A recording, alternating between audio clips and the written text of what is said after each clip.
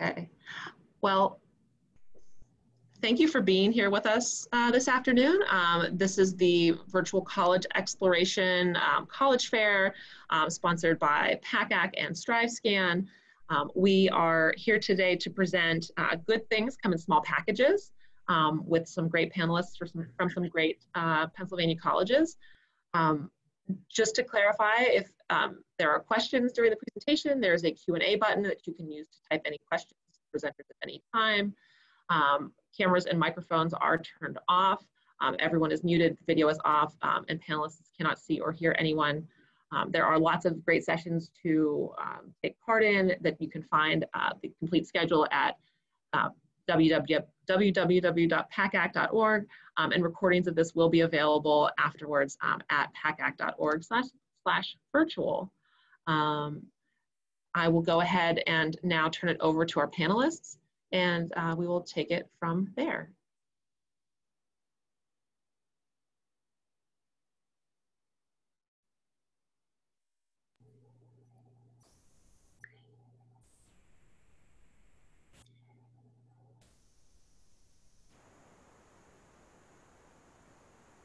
Okay, wonderful. Well, welcome everyone. While Allison is working on getting our PowerPoint up, I'll go ahead and introduce myself. My name is Brenna Zimpher, and I am currently the Interim Director of Admissions at Cedar Crest College. We are a small private liberal arts college in Allentown, Pennsylvania. And prior to Allison and Kate doing their first slide, maybe they can introduce themselves at that point. But today we're here to talk to you about small college opportunities. Small colleges are a great opportunity for students who are looking for a very specific experience. You're getting a lot of hands-on, one-on-one individual opportunities in the classroom, and today we're going to talk to you about those things.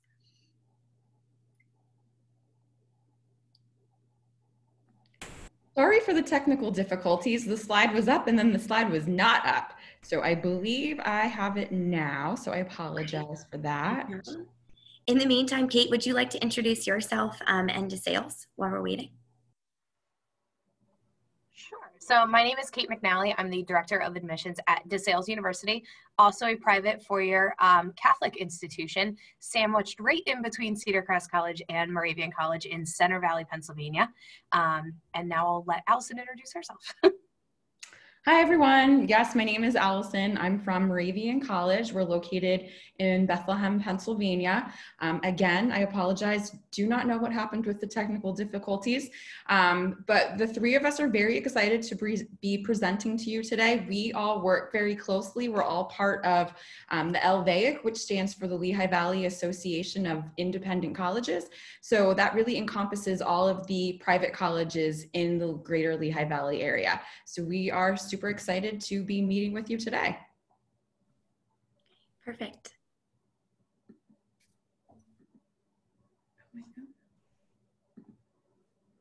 Okay, perfect. So, today, again, we're here to talk about how, good things can come in small packages. And for us at private institutions, especially small private schools, we really believe that, we have a lot of great opportunities for you inside the classroom, outside the classroom, with our faculty, and we're going to talk about all of those areas today. So first, I'm going to focus on our students are really focused on in the classroom from faculty members.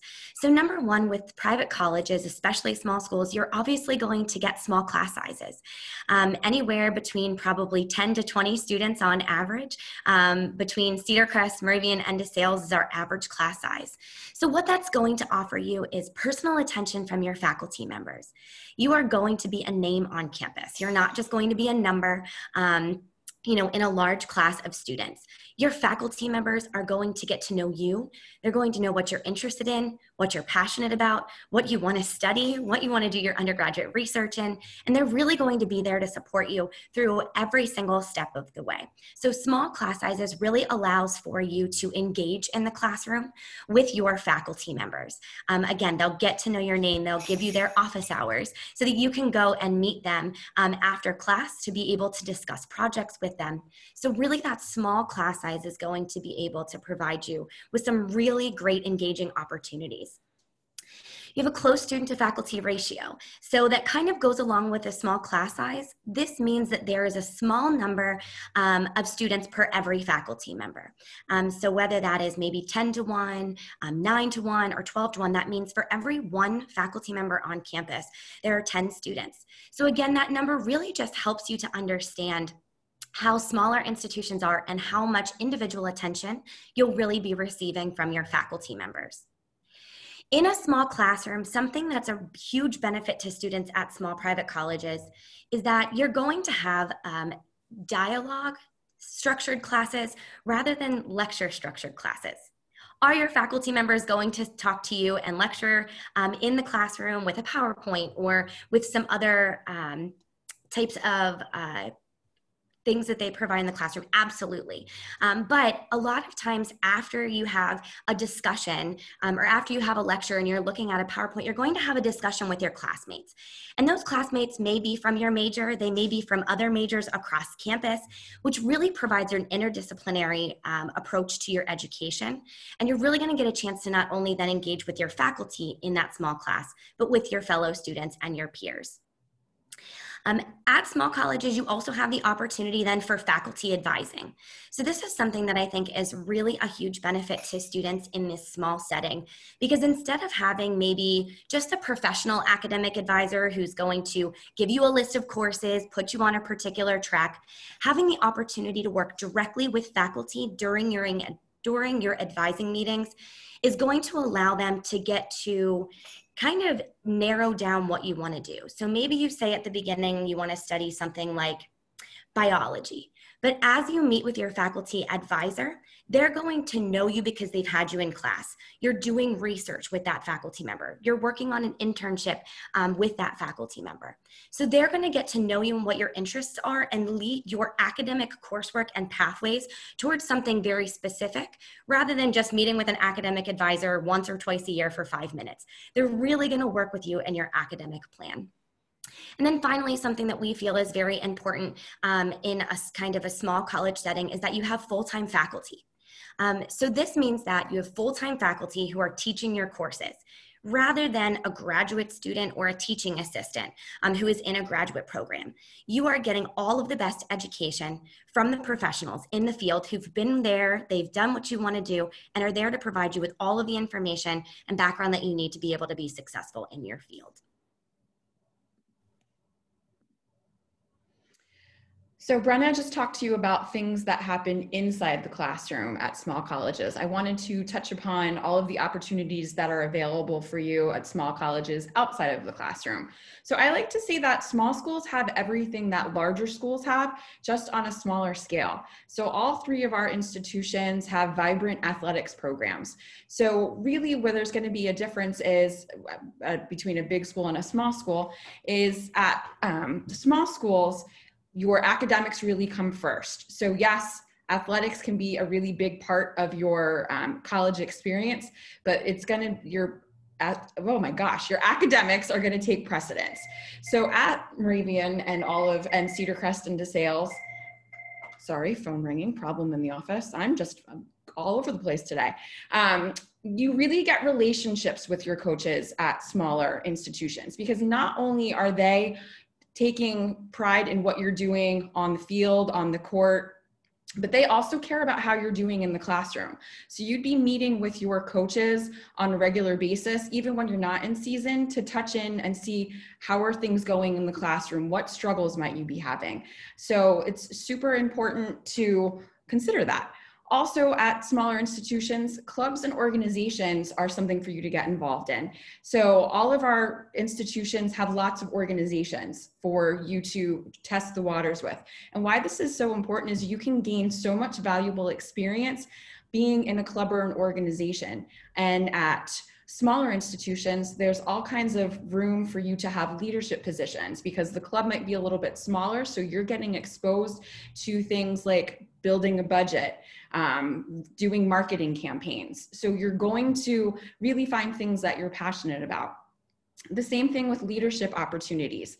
At smaller institutions, The faculty really want to, and staff really want to work with students and really develop your ability to be leaderships inside the classroom, outside of the classroom, and in the greater community. So you really get that exposure to student affairs staff members that can really elevate what your experience is like. Undergraduate research opportunities. Brenda touched a little bit about that in the slide about in the classroom, but at smaller institutions, the undergraduate students have the ability to do research with professors. It's not reserved for students only working on a master's degree, because you are going to have that exposure to the faculty. So if there's something that you're interested in, passionate about, you can be sure that if it's in their class, they're going to be passionate about it as well. Small schools also have a huge focus on internships. We want you to have hands-on experience while you're at our institutions. So at larger institutions, that might not happen until a little bit later on in your college career, but at smaller schools, you can really be doing a lot of experience, because you're going to be working with the career counselors early on. They're going to get to know you. Clinical experiences at small and field experiences at smaller institutions. We're getting you out there into real life situations early on in your college education to make sure that what you're looking to do is a really good fit. So that's super important. And I'll speak specifically for my institution, Moravian. We get our education students out in the classroom right away that freshman year, because at a smaller school, we are able to do that because we don't have all of the volume you might see at a larger institution. And at smaller institutions, the alumni connections are very strong. All of our alumni have had great experiences while they've been at Moravian, and they want to, or at all of our institutions, and they want to pass that on to the current students. So they come in, they talk in classrooms, they do networking receptions, they host interns and externships, and they really help you throughout the process. And then study abroad. So at a small institution, that can really be personalized, where it's something specifically that you want to do, as opposed to a larger possible program. All right, so Brenna and Allison both touched a lot on relationships that you build, but inside the classroom, obviously, you're going to build great relationships with your faculty and your academic advisors and the coaches as far as athletics outside the classroom. But there's a ton of other people on campus that you're going to build relationships with as well. Student affairs professionals. You can get involved in a lot of student organizations, and through them, you can gain leadership roles and get to know the people that work in those offices. And therefore, you can become a person who's planning different events on campus and who's helping out in student life and maybe residence life as well. You can become a resident advisor, which can help you to pay for your room and board at school. So there's a lot of different opportunities in student life to get to know people, particularly in the smaller institutions, because they're going to know you by name. As Brenna mentioned, everyone is a name and not a number at smaller schools. So it's really nice to be able to walk past someone and they call you out by first name. They might ask you how you're doing in your sport or how you're doing with your internship. They're going to know stuff about you. And that's not just your faculty who you're in class with, it's members outside in the university community as well. Administration and supervisors. I'm sure all of us on this panel have supervised work study students before. I know I have written countless letters of recommendations for the students I've gotten to know throughout the 4 years who've worked in the admissions office and helped us out with certain things. Anyone that you get a job with on campus, which most students will get what we call work study job, you're going to get to know those supervisors and the administration of the school, and you're going to be able to develop relationships with them. I know at all of our schools, the university president. At a smaller school, they're going to know you by name. You might have them as a professor in the classroom. They're going to be at sporting events. They're going to walk through the university center or the dining hall, and they're going to see people and they're going to say hi. Larger universities, they may be up on a hill and you never even know who they are. So that's another huge added benefit, that you can sit down and have dinner with the president at a lot of our smaller schools. Campus safety. All of our campuses here in Lehigh Valley are extremely safe, particularly 3 on this panel. But the great part is you get to know them. Campus safety and security officers are not just there to get people in trouble on the weekends. They are there to help you if you locked your keys in your car, or if your battery died, they'll help you jumpstart your car. I personally had a freshman roommate. Her freshman year, she broke her foot, and campus security picked her up every morning and took her to class so she didn't have to walk in the snow. So they are people who are here for our students, number one, to keep them safe, but to also just be a helping hand. When you don't have mom and dad or anyone around to help you out with certain things, that's what the university community comes together and helps you do at our smaller institutions. Dining services. Obviously, food is very important to our college students. Number one question we get on a lot of panels for our students is, how's the food? So you want to know that you are going to be able to be well fed, but also that people get to know you. I know students who can walk into our university center and order a wrap, and they may get it customized every day. And by the second week of school, that person making those wraps says, oh, you're the one that says no cheese, extra tomato. And they get to know you on that personal basis. And sometimes they sneak in extra cookie. Also custodial services. All of us, I think, have housekeeping that comes in. They help keep your residence halls nice and clean, well kept. They become like adoptive grandparents to you while you're here at the university. They have gone as far as to help students fold their laundry and put it on their bed type of stuff. They are the nicest people, and they just make sure that you are living in a well kept, clean, and particularly in these times, well sanitized area. So all of these people, and you get to develop these relationships with them, they become your second family, because the bottom line is whatever institution you choose, you are choosing to go there for 4 years. Whether you're a resident or a commuter student, it's your second home for the next 4 years. So getting to know people and feeling like you have that extended family is a huge benefit and advantage to a smaller school setting.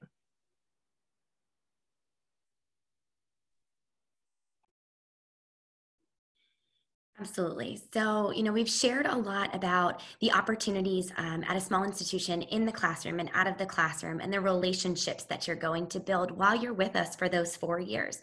So what does that get you, right? A lot of people are throwing around this word, return on investment. You want to know that the money that you're putting in to attend college, because we all know that it's not necessarily free to go to college, that the money that you're putting in is really going to provide you with what you need to be successful moving forward. So a couple of things that we just kind of wanted to touch on with you today about what a small college really does for the investment for your future, and what we're able to provide students with. So we've mentioned it multiple times. You are a name and not a number. That's in the classroom, out of the classroom, in the residence halls, across campus with campus safety. You are going to be someone that everyone knows, which provides you with an opportunity within those relationships to have that be kind of a jumping point. Maybe one of your faculty members has worked in the field that you want to work in, or they have been able to connect you with an internship. That is going to help you maybe to get the job of your dreams, or they're going to write you that letter of recommendation. As Kate said, I've done that plenty of times for student ambassadors, going off to graduate or professional school and needing those strong letters of recommendation to be able to help you with your future.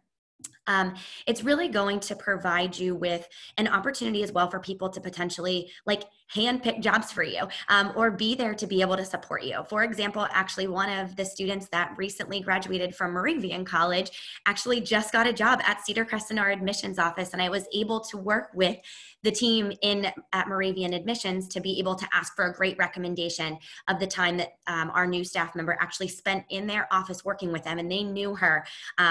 And because she's worked with them for the last 4 years.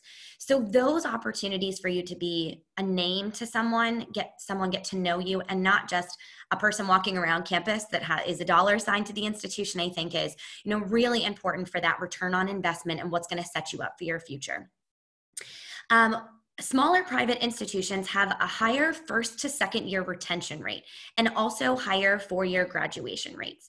So what retention means is that whenever we bring you into the institution, if you stay from your first year to your second year, that means we were able to retain you as a student at our institution. We obviously want to provide you with the best experience possible and retain you from your first year all the way through graduation.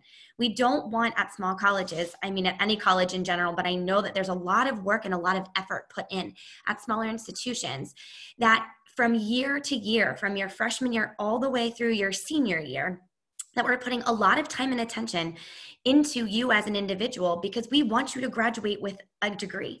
We want you to finish in 4 years. That's the right amount of time to go to college. We want you to graduate in that time and go off and be successful.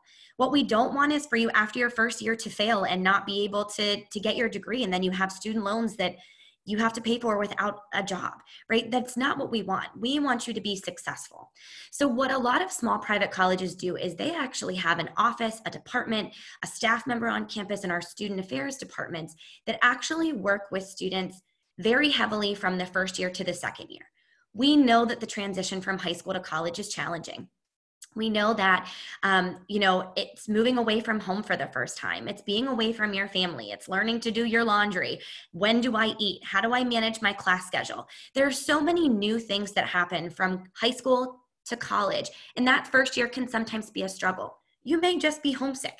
And we really want to put things in place at smaller colleges to make sure that you're in a group of students, that you're making friends, that you're connecting on campus, and that you're being successful in every piece of your day, whether that's in the class, out of the class, when you're in the residence halls, when you're studying.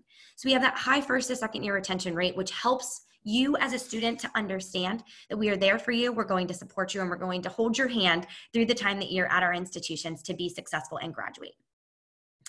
We have strong focus on every student having a path to the future, right? When you start as a student at a small college, one of the first things in your first 2 semesters that you're going to do, guaranteed, is that you're going to be meeting with faculty and staff who are caring about your future. I know personally at Cedar Crest, we actually have a class in the 2nd semester called Exploring Your Future, where you're actually going to start exploring your academic major and what it can do and what you can study when you what you can do with your degree. So when you graduate, you have a job plan. You can meet with career services in your freshman year. I bet at all of our colleges, I know for us, we offer opportunities to meet with career services in the admissions process so that you can, and my colleagues are shaking their heads, you can meet with career services as a prospective high school student to say, how do you help students get jobs and internships and things when they graduate? So you start that as early as the admissions process, which helps you as a student to understand that there is a very strong focus on your future, because why else are you going to college than to better yourself in your future job or whatever you decide to do after graduation. Along with that goes high job placement rates upon graduation. Again, I just mentioned our career counselors that can assist you in our career planning offices. They work with you all the way through. So whether you need help with a resume or if you need to do practice for an interview, we have actually a resource pantry at Cedar Crest and a career closet where students can go and basically like shop for clothes for free that are actually donated to the institution to provide you with professional wear to be able to wear to that first interview. They're going to be people on campus who are going to help provide you with what you need to be able to get a job, which allows us as institutions to have high job placement rates 6 months after graduation.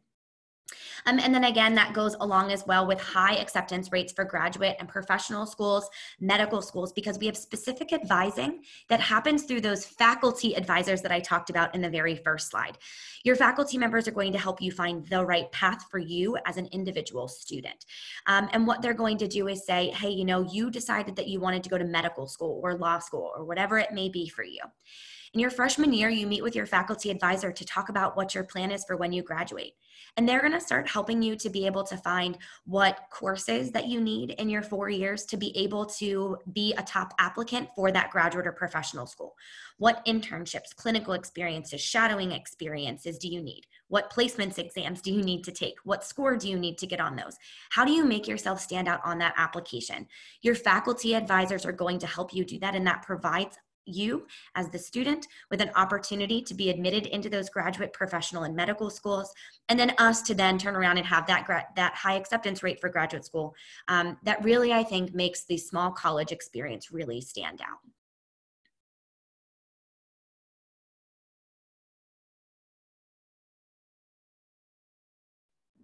So one of the themes that you have heard today is not being a number, being a name. So that starts with the admissions process, because at smaller institutions, we really dig into those applications. We want to get to know you. We are reading everything that you submit in that application. So we're not just taking a look at your transcript and looking at your SAT scores and processing that application. We're reading the entire application everything that you put in there, everything your counselors say, everything that your teacher recommendations say, your essays, your activities. So we really review those applications holistically, and because we really want to get to know you, and we get to know you throughout this admissions process. So before you even get your application in, we're here to really assist you. We want to get to know you. We want to talk to you. We want you to feel free to be in contact with us. And obviously in a COVID world right now, we're doing a lot of that virtually, but that's okay because we can still have those conversations. We can assist you through the application process. We'll contact you if we need something from you. You can contact us if you need some assistance in getting your school to submit your information. And really what's so important is those conversations you have with us. If you have concerns about anything in your application or even before you submit your application, you can chat with us so that way when we're reviewing your application, we can take that into consideration. So we can really advocate for you. When we get to know you, that's how that can happen. So we want to see you be successful. All three of our institutions are about accepting you, not trying to find ways to deny you. We want to help you out. We want you to be successful. We want you to find the right fit. And at smaller institutions, we can also not only help you with the admissions process, but we can also help you with the financial aid process. So when you get your financial aid award or when you're working on the FAFSA, if you have questions, we all have the ability to walk you through that, connect you with someone in our financial aid office, and really go over everything to make sure you're comfortable with the process when you're going through it. And then once you receive that financial aid award, we're able to chat with you and go over financing options and possibly look for other ways to get you some additional financial aid.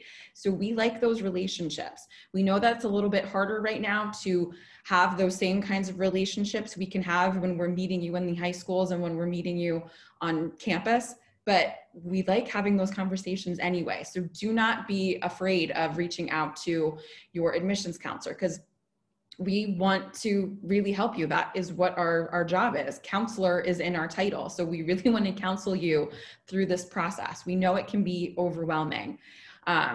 But again, when we're reviewing that application, the more information we have and the more that we know you, the better of a process that is for both you as the student and for us as the admissions counselor.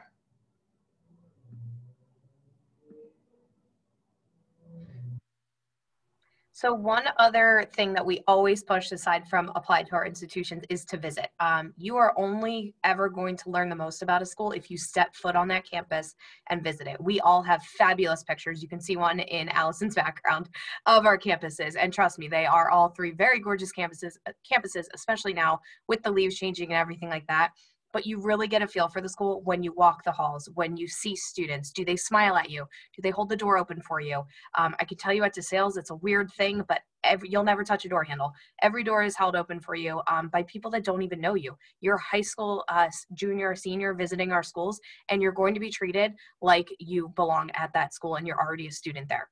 And one great thing about the small campus visit is they're customizable. So you can have whatever type of visit you want to have at any of our three institutions. Most of our visits, I would say probably all of them, include a student-led campus tour.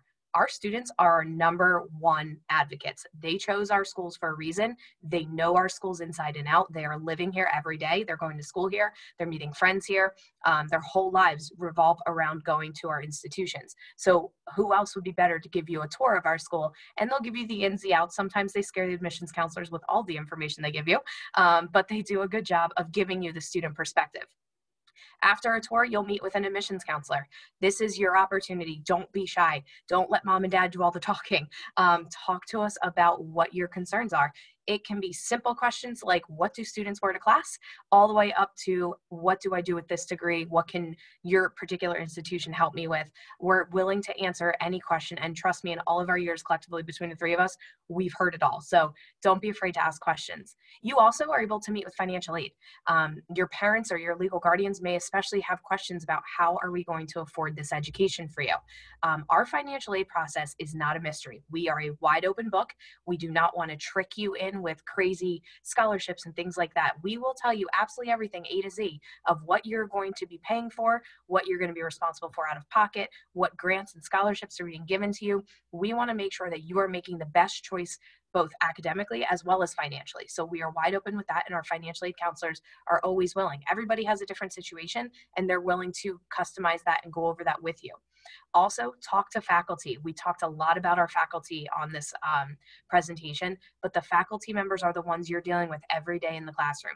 At all of our schools, faculty are very happy to meet with high school juniors and seniors and talk to them about their programs and educate them on them and let them know the particular aspects of our program versus maybe one at Moravian or one at Cedar Crest. We all have different niches within our schools. Also, we can connect you with athletic coaches. We are big D1 schools. They're always willing to talk to prospective athletes and at least hear you out and see what interests you have. We all have athletic recruiting forms on our websites where if you are a high school athlete hoping to play in college, you can fill that out and they may meet with you while you're on campus. We also want you to obviously mingle with current students. As we said, they're our best resource. So talk to any student you want as you're walking around campus. Chances are they'll stop and tell you their story or whatever you want to know. Right now, a huge advantage of our 3 schools is we are doing on-campus visits. All of our students are on our campuses right now. They are living in our residence halls. They are going to class. Yes, there is some hybrid component as there is everywhere, but our students are here and we are wide open. So we have on-campus open houses for some of our schools, virtual ones for others. We also have information sessions, and then we're all available for on-campus individual visits. During those individual visits is when you can customize your experience with all the points listed above. You can come to campus, take a tour, meet with admissions, talk with faculty, and talk with current students, and maybe have lunch with a coach if you want. So make sure you take advantage of those visit opportunities, particularly the on-campus ones, because as we know right now, they could go away at any point. So come and check us out anytime on campus. So that's what we have for you today for our presentation. We just want to thank you for listening in. Hopefully this information was really helpful for you as you're looking to make a decision on what type of institution might be the right fit for you. We have our contact information here. As we've mentioned, we are here to be an admissions office. We're here to be a resource, to be an advocate for you. So if you have questions at all about the admissions process at our individual institutions, please reach out. If you have questions in general about the college search process, we can answer those for you too. We are here to work with you. Obviously we'd love for you to come to our institutions, but if we can be here to just be a resource for you, we really want to make this process easier, not as stressful. You've worked really hard to get here. You've worked really hard to get to your senior year, and this should be a celebratory time for you. And our smaller institutions have the ability and time to be able to answer those questions for you as you go through the process. So we just want to thank you for joining and listening into our presentation today, and we hope this was really helpful for you in your college search process. Awesome, thank you all so much. I'm going to go ahead and share my screen again for just a moment and say a couple of parting words, and we will go ahead and sign off. So again, thank you for joining us.